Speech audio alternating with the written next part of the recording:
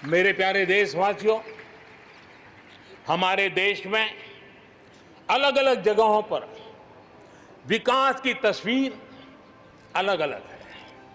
कुछ क्षेत्र बहुत आगे हैं, कुछ क्षेत्र बहुत पीछे हैं। ये असंतुलन आत्मनिर्भर भारत के सामने एक महत्वपूर्ण चुनौती मैं मान सकता हूं। और इसलिए जैसा मैंने प्रारंभ में कहा, 110 आकांक्षी जिलों पर हम बल दे रहे हैं, उसको विकास की बराबरी लाना चाहते हैं। हम विकास के इकोसिस्टम बनाना, कनेक्टिविटी को सुधारना, ये हमारी प्राथमिकता है। अब आप देखें, हिंदुस्तान का पश्चिमी भाग और हिंदुस्तान को मध्य से देखिए, हिंदुस्तान का पूर्वी भाग, पूर्वी उत्तर प्रदेश हो, बिहार हो, बंगाल हो, नॉर्थ हो, उड़ीसा हो, ये सारे हमारे क्षेत्र अपार संपदा है, प्राकृतिक संपदा के भंडार है। यहाँ के लोग सामर्थ्यवान है, शक्तिवान है, प्रतिभावान है, लेकिन अवसरों के अभाव में ये क्षेत्र हमारे असंतुलन रहा है। और इसलिए हमने अनेक नए कदम उठाए। ईस्टर्न डेडिकेटेड फ्रेट कॉरिडोर हो, पूर्व में गैस पाइपलाइन से जोड़ने की बात हो, नए रोड रेल का इंफ्रास्ट्रक्चर खड़ा करना हो, वहां नए पोर्ट बनाने हो, यानी एक प्रकार से पूरा डेवलपमेंट के लिए जो इंफ्रास्ट्रक्चर का खाका होना चाहिए, बड़ा होलिस्टिक तरीके से विकसित हम कर रहे हैं, ताकि हमारे क्षेत्र भी विकास की दिशा में। उसी प्रकार से लेह लद्दाख, करगिल, जम्मू कश्मीर, एक क्षेत्र, एक प्रकार से इस क्षेत्र को 1 वर्ष पूर्व 370 से आजादी मिल चुकी है। 1 साल पूरा हो चुका है। ये 1 साल जम्मू कश्मीर के एक नई विकास यात्रा का बड़ा महत्वपूर्ण पड़ाव है। ये 1 साल वहां महिलाओं को, दलितों को मूलभूत अधिकारों को देने वाला कालखंड रहा है। ये हमारे शरणार्थियों को गरिमापूर्ण जीवन का भी 1 साल रहा है। विकास का लाभ गांव और गरीब तक पहुंचाने के लिए बैक टू विलेजेस जैसे विशेष अभियान चलाए जा रहे हैं।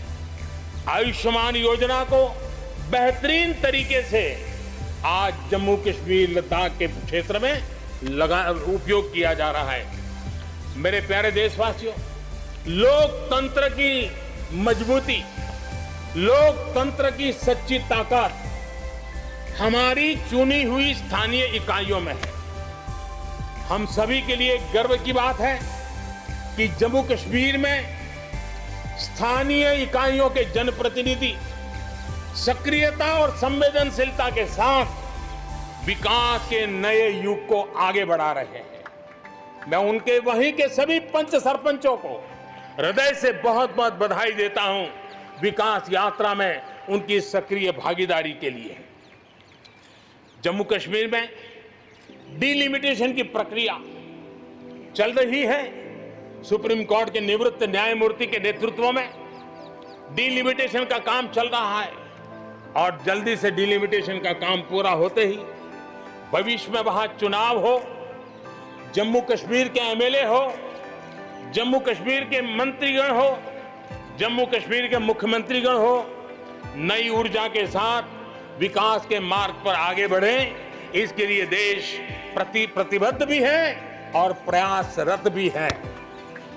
लद्दाख को केंद्र शासित प्रदेश बना करके बरसों पुरानी जो उनकी मांग थी, उनकी आकांक्षा थी, उस आकांक्षा को हमने पूर्ण करने का, उनको सम्मानित करने का एक बहुत बड़ा काम किया है।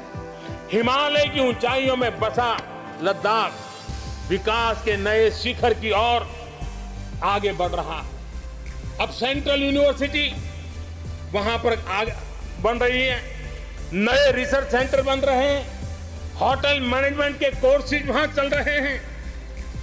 बिजली के लिए 7,500 मेगावाट के सोलर पार्क के निर्माण की योजना बन रही है। लेकिन मेरे प्यारे देशवासियों, लद्दाख की कई विशेषता है। उन विशेषताओं को हमें संभालना भी है, संवारना भी है। और जैसे सिक्किम ने, हमारे नॉर्थ ईस्ट में सिक्किम ने अपनी एक ऑर्गेनिक स्टेट की पहचान बनाई है, वैसे ही लद्दाख, लेह, करगिल, ये पूरा क्षेत्र हमारे देश के लिए कार्बन न्यूट्रल इकाई के रूप में उसकी पहचान बना सकता है। और इसके लिए भारत सरकार वहां के नागरिकों के साथ मिलकर के एक नमूना रूप, प्रेरणा रूप कार्बन न्यूट्रल और वो भी विकास का मॉडल, वहां की आवश्यकताओं की पूर्ति वाला मॉडल, उस दिशा में हम आगे बढ़ रहे हैं। मेरे प्यारे देशवासियों, भारत ने दिखाया है कि पर्यावरण के साथ संतुलन रखते हुए भी तेज विकास संभव है। आज भारत वन वर्ल्ड, वन सन, वन ग्रिड के विजन के साथ पूरी दुनिया में को खास करके सूर्य ऊर्जा के क्षेत्र में प्रेरित कर रहा है। रिन्यूएबल एनर्जी के उत्पादन के मामले में आज भारत दुनिया के 5 टॉप देशों में अपनी जगह बना चुका है। प्रदूषण के समाधान को लेकर भारत सजग भी है और भारत सक्रिय भी है। स्वच्छ भारत अभियान हो, धुआं मुक्त रसोई गैस की व्यवस्था हो, एलईडी बल्ब का अभियान हो, सीएनजी आधारित ट्रांसपोर्टेशन की व्यवस्था हो, इलेक्ट्रिक मोबिलिटी के लिए प्रयास हो, हम कोई कसर नहीं छोड़ रहे हैं। पेट्रोल से प्रदूषण को कम करने के लिए इथेनॉल उत्पादन उसको बढ़ाने पर और उसके इस्तेमाल पर बल दिया जा रहा है। 5 साल पहले हमारे देश के अंदर इथेनॉल की क्या स्थिति थी? 5 साल पहले हमारे देश में 40 करोड़ लीटर उत्पादन होता था। आज 5 साल में 5 गुना हो गया और आज 200 करोड़ लीटर इथेनॉल हमारे देश में बन रहा है, जो पर्यावरण के लिए बहुत उपयोगी हो रहा है।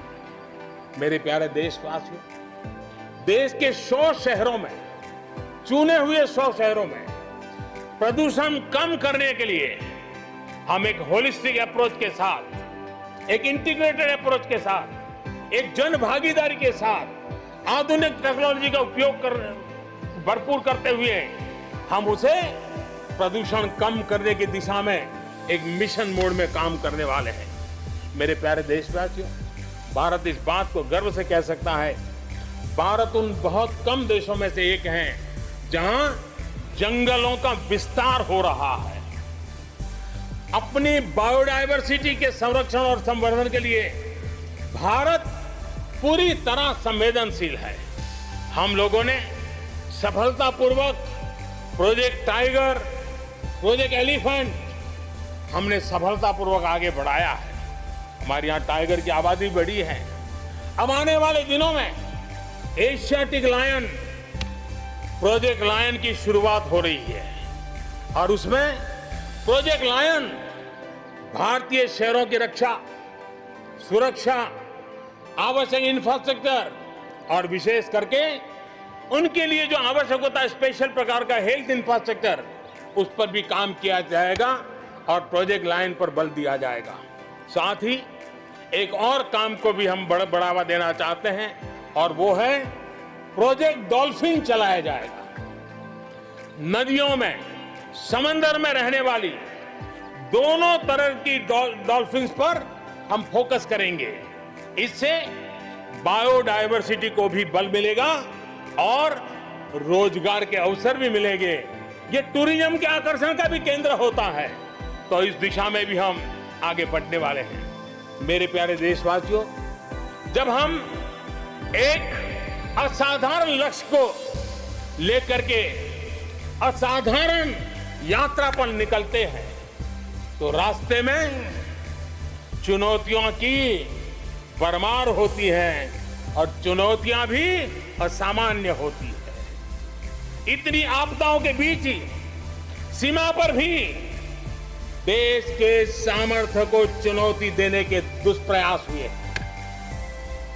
लेकिन एलओसी से लेकर एलएसी तक देश की संप्रभुता पर जिस किसी ने आंख उठाई, देश की सेना ने, हमारे वीर जवानों ने उसका उसी की भाषा में जवाब दिया।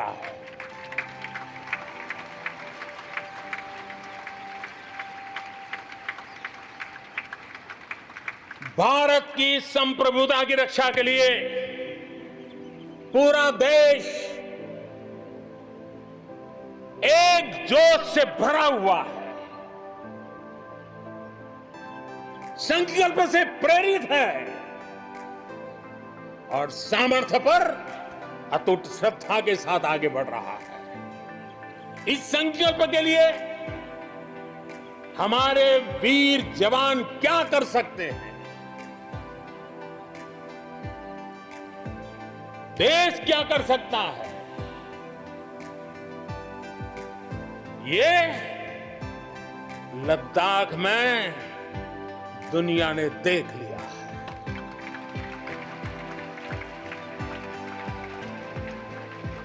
मैं आज मातृभूमि पर न्योछावर उन सभी वीर जवानों को लाल किले की प्राचीर से आदरपूर्वक नमन करता हूं। आतंकवाद हो या विस्तारवाद, भारत आज डटकर मुकाबला कर रहा है। आज दुनिया पर का भारत पर विश्वास और मजबूत हुआ है। पिछले दिनों संयुक्त राष्ट्र सुरक्षा परिषद के अस्थायी सदस्य के रूप में 192 में से 192 में से 184 देशों का भारत को समर्थन मिलना, ये हमारे हर हिंदुस्तानी के लिए गर्व दिलाता है। विश्व में हमने कैसी अपनी पहुंच बनाई है, उसका ये उदाहरण है। और ये तभी संभव होता है जब भारत खुद मजबूत हो, भारत सशक्त हो, भारत सुरक्षित हो। इसी सोच के साथ आज अनेक मोर्चों पर काम किया जा रहा है। मेरे प्यारे देशवासियों, हमारे पड़ोसी देशों के साथ, चाहे वो हमसे जमीन से जुड़े हो या समंदर से, अपने संबंधों का हम सुरक्षा, विकास और विश्वास की साझेदारी के साथ जोड़ रहे हैं। भारत का लगातार प्रयास है कि अपने पड़ोसी देशों के साथ हम अपने सदियों पुराने सांस्कृतिक, आर्थिक और सामाजिक रिश्तों को और गहराई दें। दक्षिण एशिया में दुनिया की 1/4 जनसंख्या रहती है। हम सहयोग और सहभागिता से इतनी बड़ी जनसंख्या के विकास और समृद्धि की अनगिनत संभावनाएं पैदा कर सकते हैं। इस क्षेत्र के देशों के सभी नेताओं की इस विशाल जनसमूह के विकास और प्रगति के लिए बहुत बड़ी जिम्मेदारी है, एक अहम जिम्मेदारी है। उसे निभाने के लिए दक्षिण एशिया के इन सभी क्षेत्र के सभी लोगों को, राजनेताओं को, शासकों को, बुद्धिजीवियों को भी मैं आह्वान करता हूं, इस पूरे क्षेत्र में जितनी शांति होगी, जितना सौहार्द होगा, उतनी ही ये मानवता के काम आएगी, मानवता के हित में होगा। पूरी दुनिया का हित इसमें समाहित है। आज पड़ोसी सिर्फ वो ही नहीं है जिनसे हमारी भौगोलिक सीमाएं मिलती हैं, बल्कि वे भी हैं जिनसे हमारे दिल मिलते हैं। जहां रिश्तों में समरसता होती है, मेल जोल रहता है। मुझे खुशी है कि बीते कुछ समय में भारत ने एक्सटेंडेड नेबरहुड के सभी देशों के साथ अपने संबंधों को और मजबूत किया है। पश्चिम एशिया के देशों से हमारे राजनीतिक, आर्थिक और मानवीय संबंधों की प्रगति में कई गुना तेजी आई है। विश्वास अनेक गुना बढ़ गया है। इन देशों के साथ हमारे आर्थिक संबंध, खासकर ऊर्जा क्षेत्र में भागीदारी बहुत महत्वपूर्ण है। इनसे कई देशों में, इन सभी देशों में, ज्यादातर देशों में बहुत बड़ी संख्या में हमारे भारतीय भाई बहन काम कर रहे हैं। जिस प्रकार इन देशों ने कोरोना के संकट के समय भारतीयों की मदद की, भारत सरकार के अनुरोध का सम्मान किया, उसके लिए भारत उन सभी देशों का आभारी है और मैं अपना आभार प्रकट करना चाहता हूं। इस प्रकार हमारे पूर्व के आसियान देश, जो हमारे मैरीटाइम पड़ोसी भी हैं, वो भी हमारे लिए बहुत विशेष महत्व रखते हैं। इनके साथ भारत का हजारों वर्ष पुराना धार्मिक और सांस्कृतिक संबंध है। बौद्ध धर्म की परंपराएं हमें उनसे जोड़ती है।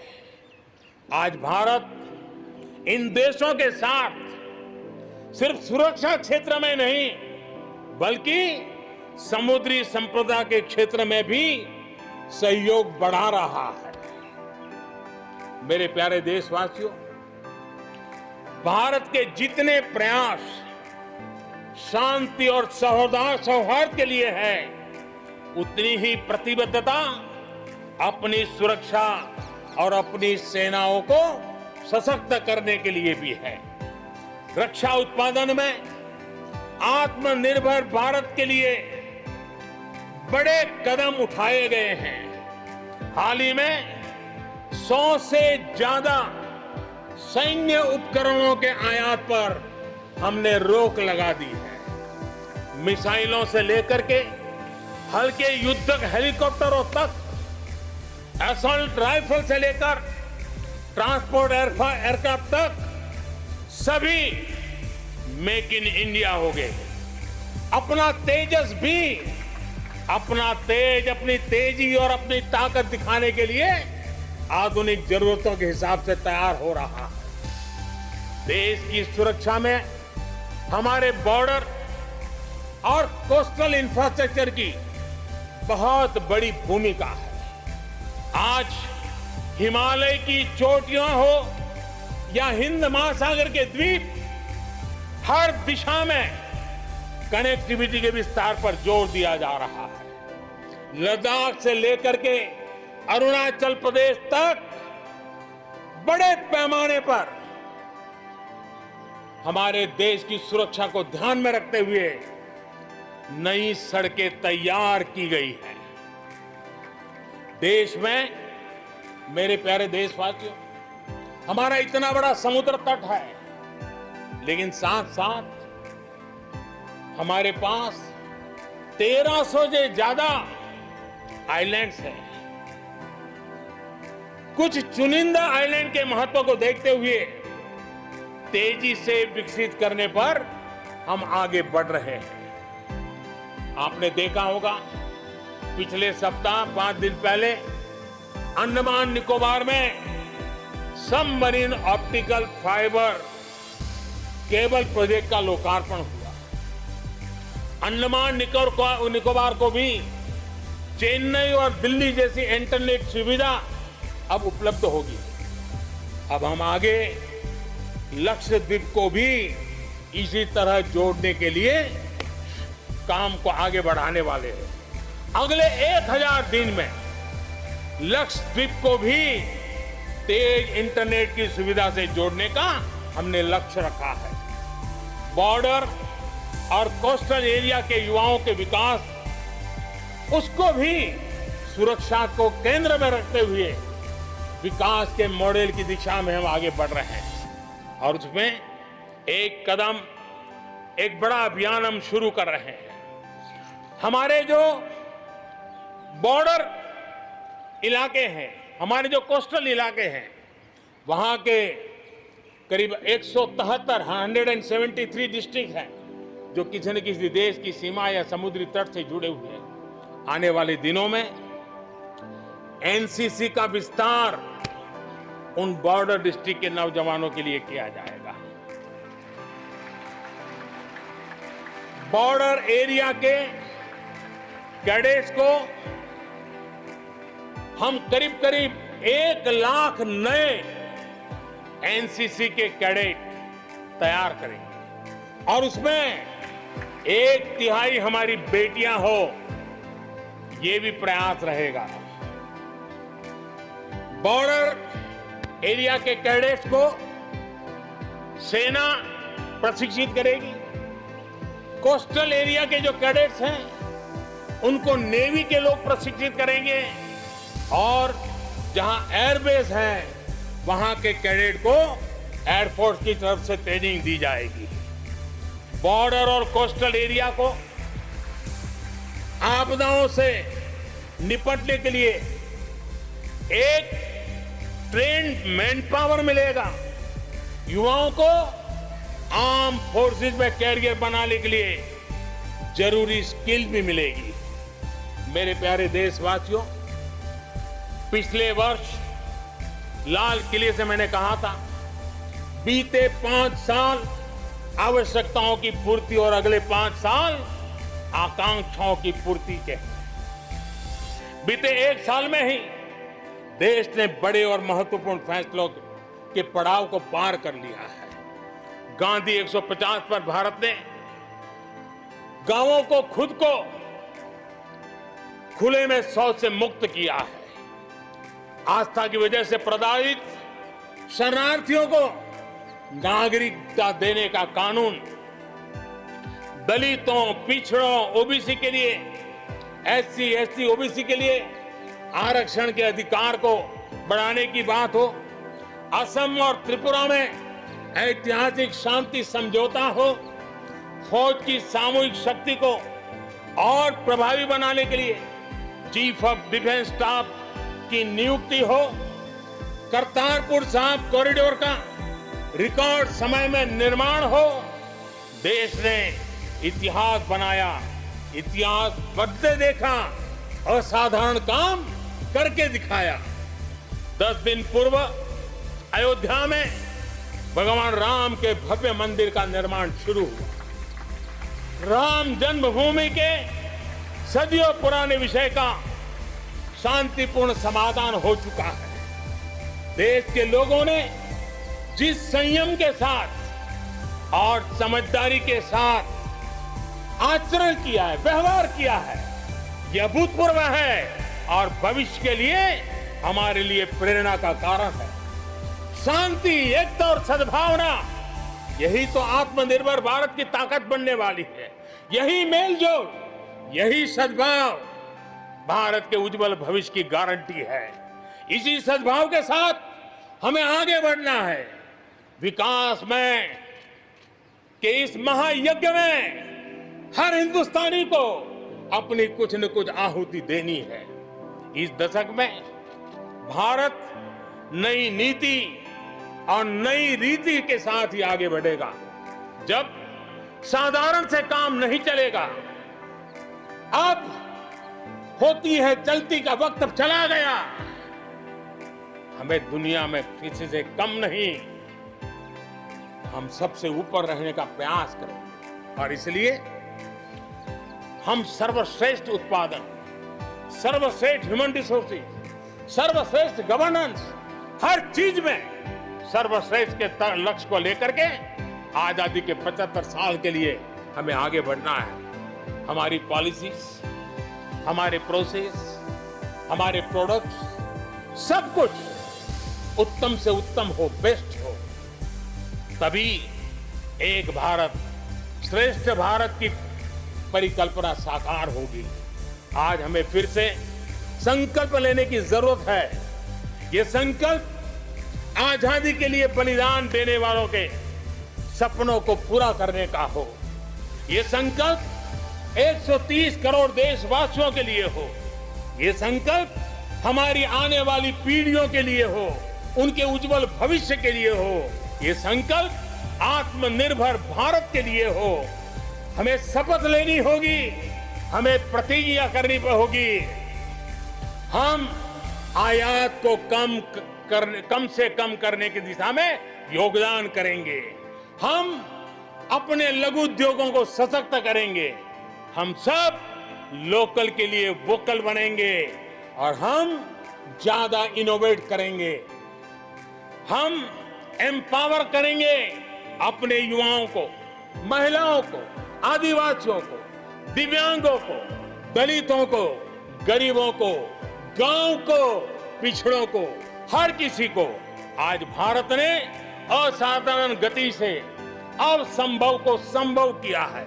इसी इच्छा शक्ति, इसी लगन, इसी जज्बे के साथ प्रत्येक भारतीय को आगे बढ़ना है।